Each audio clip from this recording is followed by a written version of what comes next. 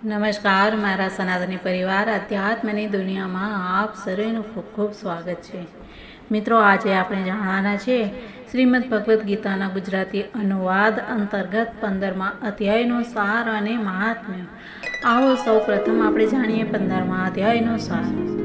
15મા અધ્યાયમાં શ્રી કૃષ્ણ ભગવાને વૈરાગ્ય વગર ભક્તિ અને જ્ઞાન નહીં થાય એમ કહી અને વૃક્ષ રૂપક અલંકારથી વૈરાગ્યપૂર્વક જ્ઞાનનો ઉપદેશ આપ્યો। છેવટે કહ્યું કે આ જાણીને જ્ઞાની વધારે કૃતકૃત્ય થશે। હવે આ સ્થાનનો અધિકાર અથવા અધિકાર વગરનો કોણ છે તેનું વર્ણન 16મા અધ્યાયમાં કરે છે। પરંતુ એ પહેલાં આપણે જાણીએ 15મા અધ્યાયનું મહાત્મ્ય।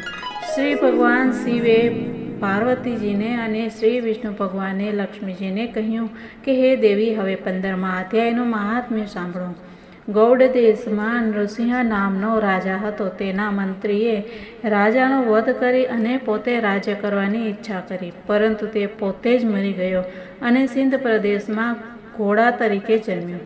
તે ઘોડાને નૃસિંહ રાજાએ સોદાગર પાસેથી ખરીદ્યો અને પોતે તેની સવારી કરી વનમાં શિકાર કરવા ગયો। જ્યારે રાજાને તરસ લાગી ત્યારે તેણે પાસેના પર્વત ઉપર એક તપસ્વીના આશ્રમમાં જઈ અને પાણી પીધું અને આશ્રમના બારણા પર 15મા અધ્યાયનો એક શ્લોક લખેલો જોયો। રાજાએ તે શ્લોક વાંચ્યો અને તે સાંભળી અને ઘોડો તે જ સમયે મૃત્યુ પામી સ્વર્ગલોકમાં ગયો। રાજાએ નવાઈ પામી અને ઘોડાના મરવાનું કારણ આશ્રમના તપસ્વીને પૂછ્યું।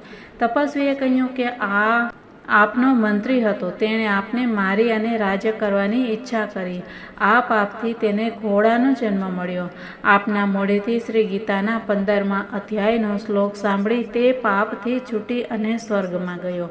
તે દિવસથી રાજા પણ શ્રી ગીતાના 15મા અધ્યાયનો રોજ પાઠ કરી અને તે વૈકુંઠ લોકમાં ગયા। ઇતિ શ્રીમદ ભગવદ્ ગીતાના 15મા અધ્યાયનું મહાત્મ્ય સમાપ્ત।